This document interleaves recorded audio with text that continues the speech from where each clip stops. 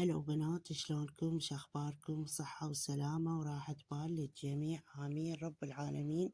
رمضان كريم وافطار شهي. طبعا هنا بنات آخر يوم نقلكم رمضان كريم وافطار شهي، ينعاد علينا بالصحة والسلامة وطولة العمر إلنا وإلكم بحق محمد وآل محمد. كل سنة وعام نشوفكم بألف ألف خير. وهنا أقولكم مقدما عيدكم مبارك وأيامكم سعيدة، وكل عام وانتم بخير، صحة وسلامة وتحقيق الأمان وطولة العمر إلنا ولكم ولأمة محمد أجمعين بحق محمد وآل محمد. إن شاء الله يشافي ويعافي كل مريض بحق محمد وآل محمد إن شاء الله. واللي ما عندها ظنا الله يرزقها بظنا الصالحة والأولاد الصالحة، وتفرح قلبها وتترس بطنها وتترس حضنها وتترس إيدها بحق محمد وآل محمد، وتفرح قلبها وترجع الابتسامة على وجهها، آمين رب العالمين. إن شاء الله واللي ما عندها بيت وتتمنى لها بيت الله يوفقها بيت، لا على البال ولا على الخاطر وتتمناه هي إن شاء الله، آمين رب العالمين. وتخليها تستقر هي وأولادها وأطفالها وتفرح قلبها، وإن شاء الله آمين رب العالمين بحق محمد وآل محمد.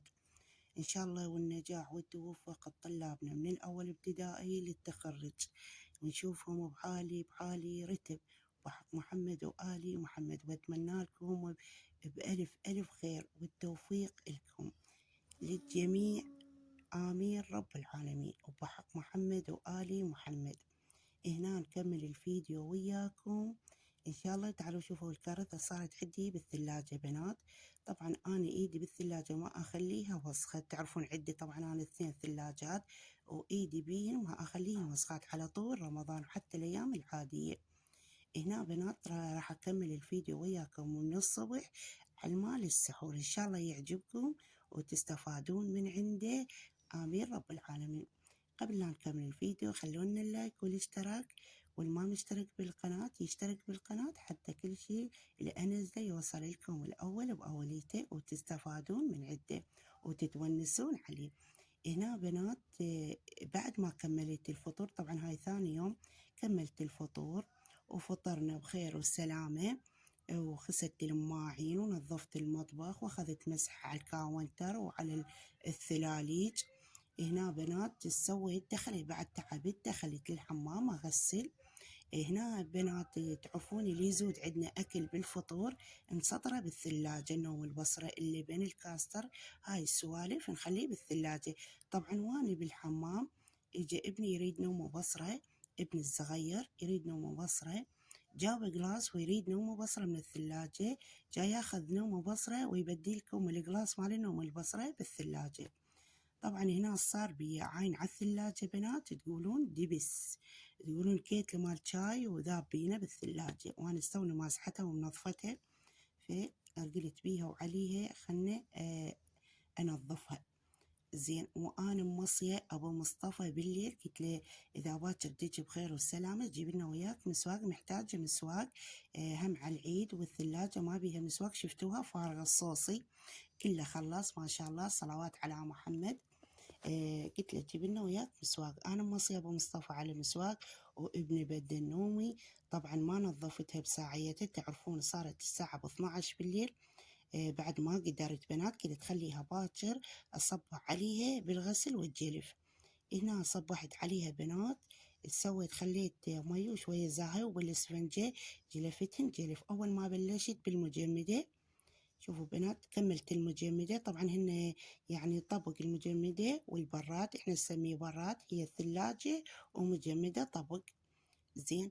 هنا سويت بالاسفنجة والزاهي جلفت المجمدة جلفة زينة، وشفتوها لمعتها تلمع، نظفتها وسديت الباب، رجعت على الثلاجة اللي وياها. هنا الثلاجة همين جلفتها، طبعا نزلت الرفوف كلها على المغسلة وراح اجلفها همين. شوفوا بنات جلفتها بالاسفنجة والزاهي. هسه من بعدي اجيب الخاولي وانشفها واخر الزاهي من عتها وانشفها والمعها هذا الشكل. طبعا هنا بنات احس بالخاولي واغسله وارجع عليها، احس بالخاولي واغسله وارجع عليها، وكل ساعة منها على الماء انظفها كلش تمام من الزاهي وما أخلي بيها لا قطرة مي ولا قطرة زاهي، أنشفها تمام. شوفوا النوم البصرة بنات، يعني تقولون كيك مال شاي ومطيحينه وبهذا الشكل. طبعا هنا بنات أنا مكملة البيت كله طبعا على العيد. نظفت البيت كله، ما خليت لا غرفة الجهال ولا غرفتي، طبعا حتى نزلت لكم فيديوهات عليها. وكله كملت البيت طبعا، أبد ما خليت أي شي. وبعد ما كملته همين التهيت بنفسنا وانتهيت بالجهال، هم ملابس وهاي السوالف تعرفون. كملت البيت من وقت، حتى واحد يلتهي بنفسه وبجهاله وبالملابس. زين. بعد ما كملت وهاي طبعا الثلاليج قلت ما يحتاج لهن لا غسل ولا جلف ولا أي شي. زين.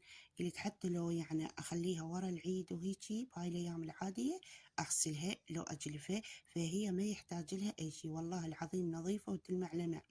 زين. فمن بدأ ابني النومي قلت هي عليها وبليها خلنا قوما أجلفها جلف. طبعا جلفتهن جلف بنات وخليتهن لمعا لمع. شوفوا طبعا حتى الماي والزاهي نزل على القاع. زين. هنا بنات بعد اني من ثاني يوم غسلتهن ونظفتهن، ايش عندي فطور طبعا راح اسوي لهم كبة، لان هم قالوا البارحة بالليل قالوا ماما سوي لنا كبة، لان هم ليش بالنهار ما يقولوا لي؟ لان يتاخرون عنهم.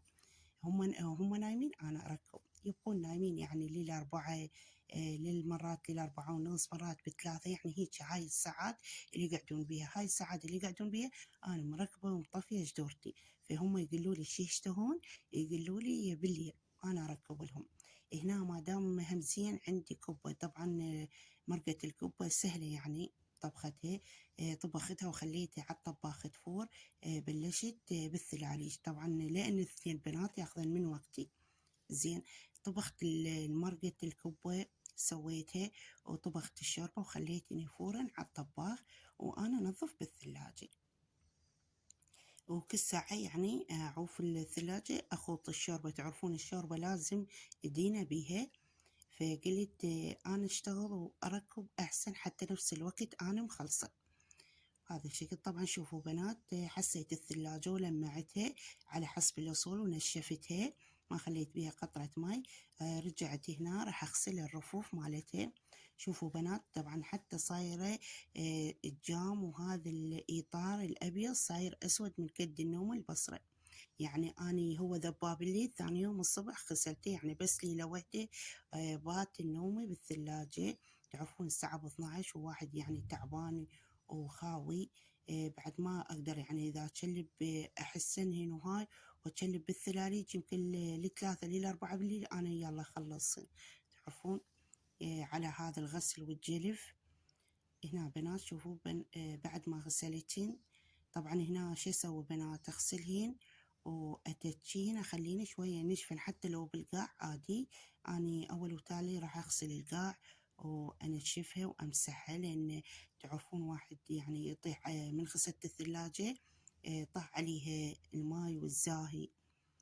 فمنكمل الثلاليج بخير والسلامة واكملهن كلش، بعدين ارجع على القاع امسحها واغسلها. هنا بديت اجلف. شوفوا بنات طبعا هنا ما سويتها هوسة بنات، بديت يعني أغسل قطعة قطعة من الثلاليج.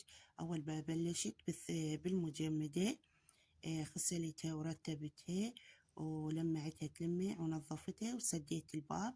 بعدين رحت للثلاجة اللي بصف المجمدة الطبق وياها، همين بلشت بيها همين أغسلها وأجلفها. هسه كملت جلفها ومسحها. بديت أغسل بالرفوف هذا الشكل. طبعا هذا الإطار صاير أسود بنات من النوم البصرة، فأنا جلفته جلف. أهم شي أسويه أبيض. زين.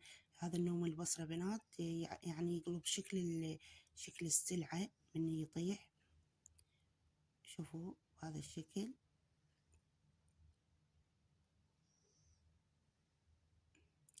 وانتم قلونا سولفونا ايش كملتوا ما كملتوا. طبعا هنا بنات انا قلت لكم سويت حتى كليجة بعد ما كملت البيت كله، وخلصته. طبعا سويت كليجة، أنا ما نويت أسوي كليجة بنات، لأن أنا كل عيد رمضان ما أسوي كليجة، تعرفون يعني واحد صايم وتعبان واستوى فاطر ورا شغل البيت وورا مواعين الفطور، فأني كل رمضان ما كل عيد رمضان ما أسوي كليجة. أبو مصطفى خطية هو يقول لي ليش تسوين التعب الكليجة، أنا أجيبن كعك وأجيب هاي السوالف، طبعا هو اللي يجيبهن كل عيد رمضان. يقول واحد تعبان والكليجة هم يراد لها وقت ساعة ساعتين وتملي جولف، وتعرفون أنا البساني فتطول عندي، يعني أبقى بيها في 3 ساعات 4 ساعات. هاي أحكي لكم إذا ورا الفطور. زين بيش الساعة أخلص. مرة سويتها ورا الفطور، يعني سنة من السنين مع رمضان، عيد رمضان، وسويته طبعا والله العظيم كنت طبعا بقيت كيلو مال طحين بين ما عجنته وحضرته وجيبه وخلي عين على الساعة 4 ساعات أني يلا كملت الكليجة، وتقريبا كمليت الساعة بال1:30 هيجي بنات. فهذا الشي تعباني وحلفت عليه قد ما أسوي كليجة بعيد رمضان. عرفتوا؟ هسه تقولوا ليش ما تسوين الصبح؟ بنات الصبح واحد ما يلحق يقعد لو متأخر من النوم، تنظيف البيت، تلملم البيت، حتى لو البيت نظيف احنا بينا سولا نفتر عليه وننظفه ونلملمه. عرفتوا عليه؟ وإنه بعدين نتجي صلاتنا، وإنه بنقوم نخلص صلاتنا ونروح للتركيب ونجلب من التركيب من الساعة ب3 أو ب2 الركب، على ما تقول لنا هاي الساعة ال5 بال5:30. عرفتوا علينا؟ زين جيبوا وخلوا وقصصوا وهاي وثرموا وهاي. يا سالفة الفطور سالفة، بس الحمد لله والشكر خلص رمضان بخير وسلامة وما حسينا بيه. والله العظيم هاي السنة مال رمضان أبد أبد ما حسينا بيه. تعرفون والله العظيم يعني مو بس أنا أقولن، طبعا حتى جهالي صايمين وياي هم يقول ماما شو بصح خلص رمضان. قلت لهم هذا كله من أعمارنا وإحنا كل شي ما شايفين بأعمارنا. زين والله العظيم ما حسينا بيه بنات نهائيا، ركض ركض ماكو هيك. صلوات على محمد، واتمنى يكون كل السنين هيجي ان شاء الله، يعود علينا السنة الثانية والثالثة، يعود علينا بطولة العمر والخير والبركة بحق محمد وآل محمد. شوفوا بنات بعد ما كملت الرفوف هنا رجعت وين أغسل الجرارات مال الثلاجة، هم نفس الإسفنجة والزاهي. هنا بنات قلت لكم بعد ما كملت تنظيف البيت وجهزته سويت طبعا جهالة كلوا قلبي، قالوا إلا ماما تسوي لنا كليجة. قلت لهم ماما ما أقدر خليها ورا العيد أسوي لكم. طبعا أنا حتى بالأيام العادية أسوي كليجة عادي، لأن الأيام العادية ما عندنا أي شيء، يعني حتى لو العصرية أقعد ألفها، حتى لو الظهرية أقعد ألفها، يعني من ورا الغداء ما عندنا شيء. من ورا العشاء طبعا نتعشى من وقت وبقى ما عندنا سحور ولا تعبانين ولا أي شيء، يعني أسوي لهم قد كيلو كيلو ونص كافة علينا. أو حتى يبقى يعني يزود نبقى بيه فد أسبوع أسبوعين ناكل، أخليه بحافظة وأخليه بالثلاجة ما عليه أي شيء. زين حتى بالأيام العادية أنا أسوي كليجة. فبعيد رمضان بنات قلت لكم صارت بيا هاي الدقة، بديت بيه من ورا الفطور على ما بال1:30 هيجي خلصته. فبعد حلفت قلت بعد ما أقدر أسوي بعيد رمضان كليجة. زين قلت ما أسوي، طبعا حتى أبو مصطفى يقول لي حرامات تسوين، أنا أشتري وأنا أجيبن كيك من هذا الكعك والكيك وهاي السوالف. قال أنا أجيبن، هو خطية هم ما يقصر يجيب لنا هاي السوالف، حتى مرات كرزات على العيد يجيب لنا الفواكه هاي السوالف يجيب.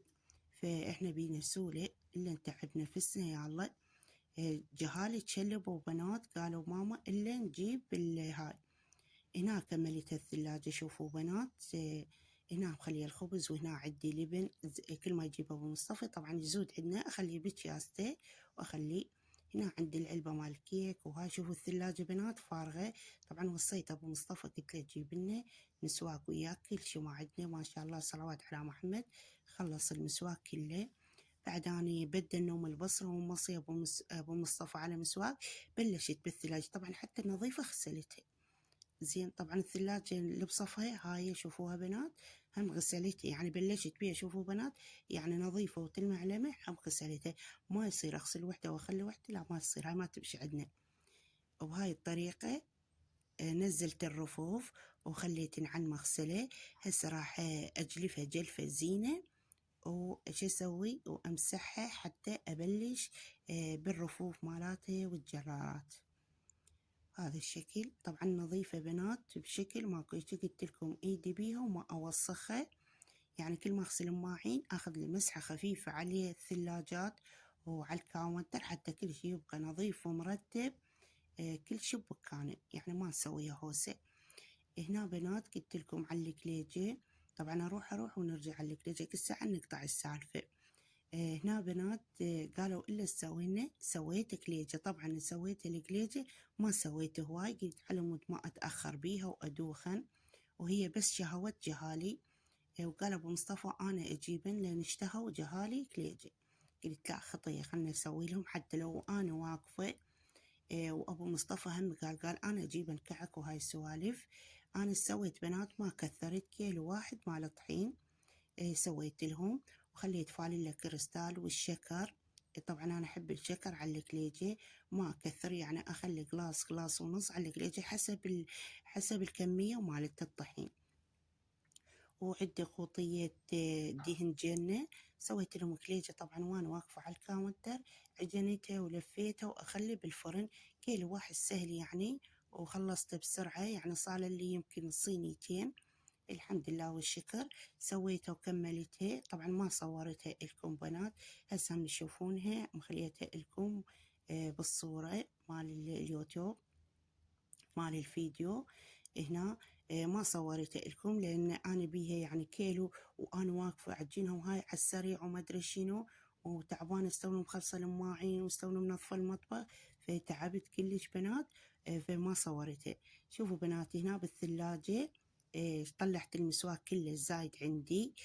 طبعا انا بس الناقص قلت عليه لابو مصطفى.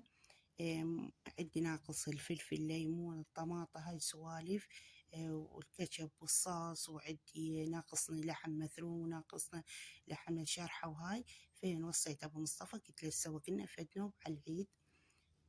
بين ما يسوق انا مخلصة الثلاليج ولمعة اللمع، وحتى بنيجي بالمسواك مباشرة السطرة. عرفتوا علي؟ وهنا كملنا الكليجة بنات، سويتها وكملتها وخليتها بعلبة، صارت لي صينيتين خير من الله. خليتها بحافظة وخليتها بالثلاجة. هسه كل ما يشتهون يطلعونهم شوية وياكلونها، يطلعونهم شوية وياكلونها. عرفتوا؟ شوفوا بنات بعد ما جلفتها جلفة تمام هذا الشكل. هسه ارجع عليها بالخاولي انظفها من الزاهي واخليها تلمع لمع. انظفها من الزاهي وانشفها بهذا الشكل. طبعا قلت لكم بنات انا نظفتها بعد اول ما قعدت الصبح. بلشت بالثلاليج وراح الوقت علي، قلت عفت الثلاليج وركبت مرقة الكبة وسويت الشوربة. قلت وانا واقفة اركب وانظف. طبعا خليت جدورته على النار قلت لكم، سويت الشوربة وركبت المرقة الكبة وخليتني فورا وانا انظف، وكل شوية اجي اخوطن الشوربة، ونفس الوقت على مود أنا مكملة شغلي ومكملة تركيبي. تبقى عندنا هاي النواعم، الزلاطة، تنظيف الخضرة وهاي السوالف والكاستر، تبقى سهلة. من قبل لا أذن، قبل يعني لا يأذن بساعات أبلش بيهن هاي النواعم. هسه أهم شي أخلص الثلاليج وأرتاح. طبعا حتى ما نويت انظف الثلاليج، حتى لو بنصفى يجيب مسواك بس حتى نظيفات يعني. بس ما دام ابني بدا نومي قلت ابو مصطفى راح يجيب لنا المسواك، خلنا نبلش بهن اغسلهن حتى يبقى نظيفات. هسه بعد ما كملت الثلاجة ونشفتها ولمعتها، هنا بنات ارجع على الرفوف راح اغسلهن. هاي الرفوف مال الباب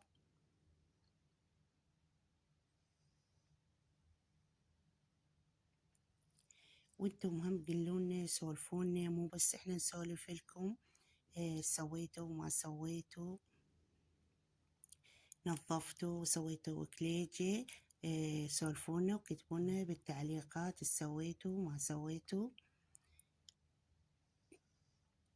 هنا بنات أنا قلت لكم بعد ما كملت البيت طبعا من وقت، طبعا هاي الأيام رمضان الأخيرة يعني ويا ما جاي يتقرب علينا العيد. برمضان طبعا نتأخر يعني بنومنا، نقعد على كيفنا ب11 ب12.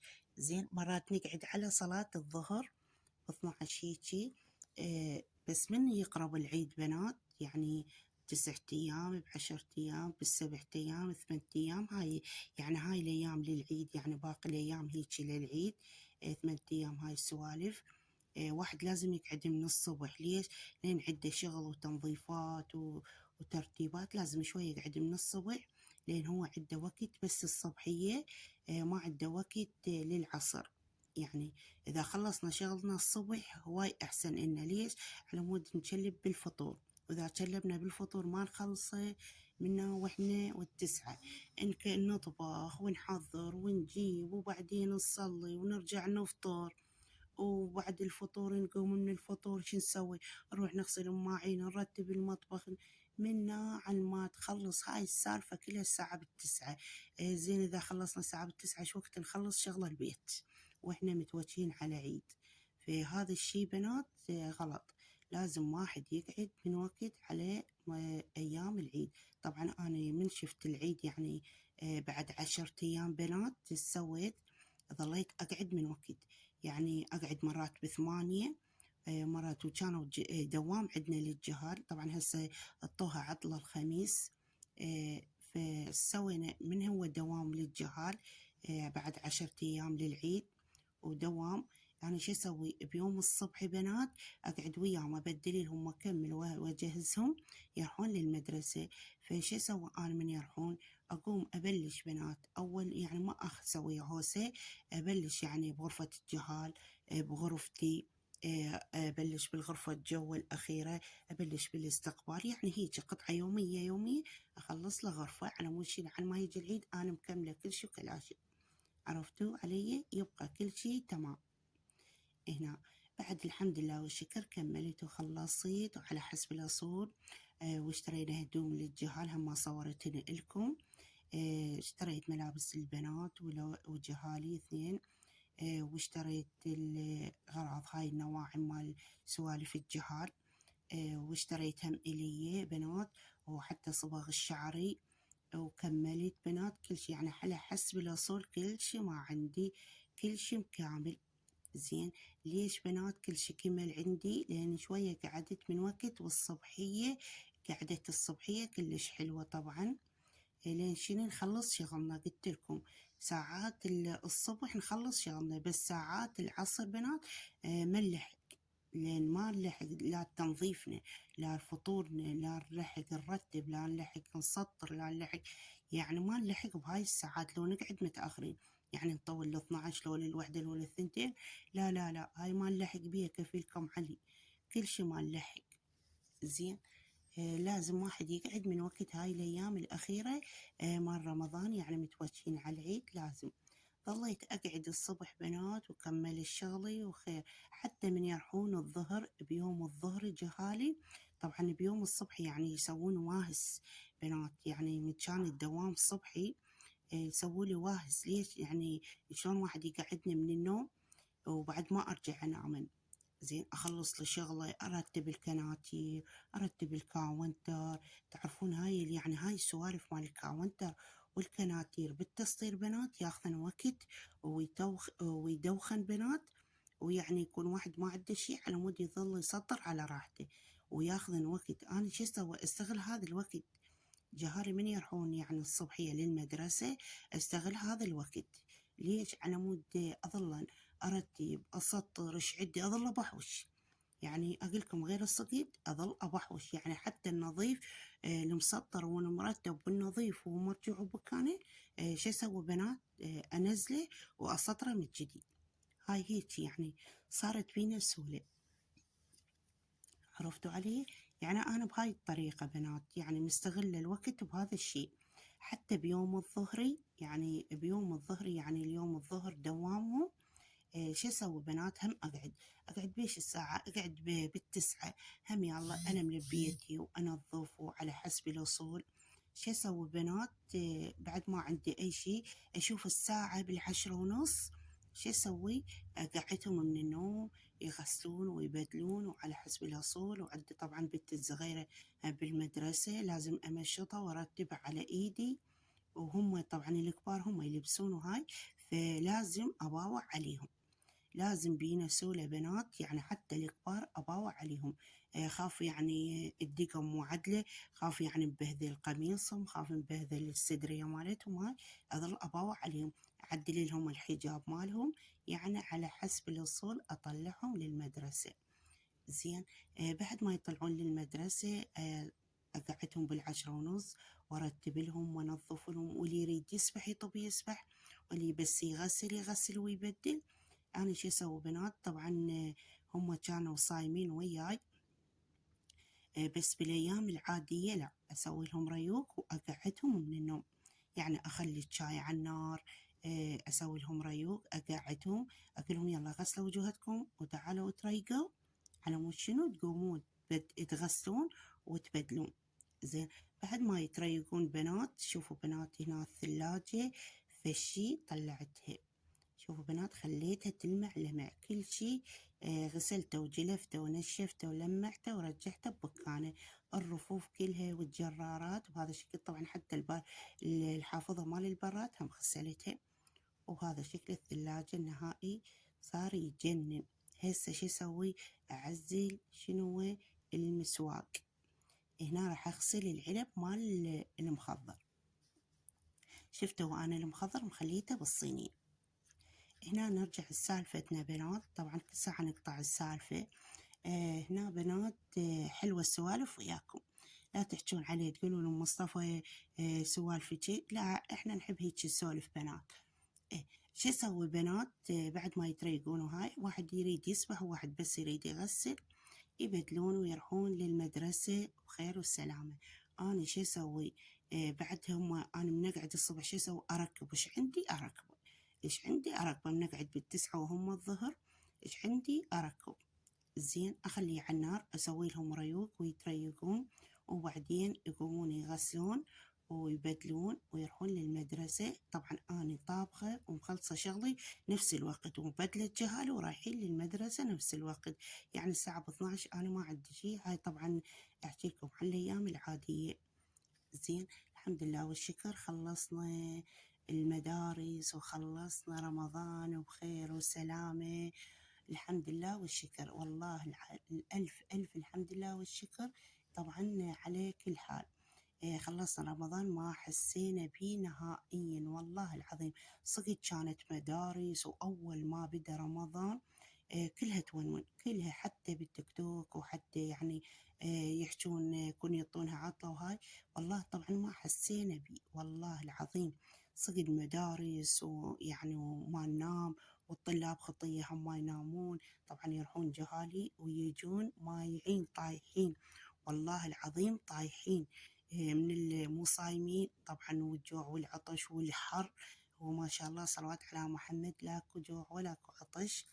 فشني بنات اللي يشتغل ويروح للمدرسة والشغلة يومي طبعا تبين عليه، لكن احنا بالبيت ما تبين علينا. فمن يجون من المدرسة بنات طايحين خطية، والله ايش قد نقهر عليهم. زين. بس الحمد لله والشكر خلصنا بخير والسلامة، وخلصت المدارس وبقت بس الامتحانات، إن شاء الله يفرح كل طالب وطالبة بحق محمد وآل محمد بالنجاح، ويفرح حتى أهلهم بحق محمد وآل محمد، لا تخلي وجه واحد وشه خالي من الفرحة يا رب، آمين رب العالمين. وبكل شي فرحة، بكل شي اللي يتمناه فرحة يا إلهي، كل إنسان بحق محمد وآل محمد، ويشبع كل جوعان وعطشان. اي والله آمين رب العالمين. وهنا بنات كملنا الثلاجة وسطرنا المسواق وياكم. هنا وين رجعت آخر ما تبقي شنو؟ الفريز. طبعا هنا الفريز نزلت الدولكات. أنا ما أحب طبعا أخلي بطالة، لو أخلي دبابة بالثلاجة بنات نهائيا ما أحب، حتى تلعب نفسي بنعتن. زين، أحب أنا أخلي دولكات ستيل، أحب عليهن بنات وأجنن عليهن. زين، أحب يعني إيش قد ما تخسين الدولكة الستيل تعطيلك لمعة ونظافة، وحتى تشتهين تشربين بيها. زين، هنا بنات شوفوا هذا الفريز مسطرته كله دولكات ستيل، عرفتوا؟ هسه بعد ما جلفه، طبعا هو كان يعني بدولكات فأنا نزلتن كلهن بالقاع. أنا سويت جلفتن بالإسفنجة والزاهي، وغديت هنا مسحة بالخاولي على مود شنو أرجع الدولكات أسطرهن مثل ما كانن هذا الشكل. طبعا وما أحب يعني أترس دولكة وأخليها شلون ما كان، لا، إلا أسطرها وأجيبها بالسارة وأخلي هذا وأجيبن هاي. يلا بنات، يعني هاي السولة البية فشي هاي السولة. زين، والله العظيم. طبعا هنا الباب مال الفريز بهذا الشكل. طبعا خليت الفريز يلمع لمع ما شاء الله والله العظيم. أول مرة عاد شوفوا بنات، شوفوا النظافة، خليتها تلمع لمع. هسه أغسل الحافظات مال المجمدة، العفو الحافظات مال الفريزن، حتى شنو هم أنشفهن وألمعهن وأرجعهن بمكانهن بالباب.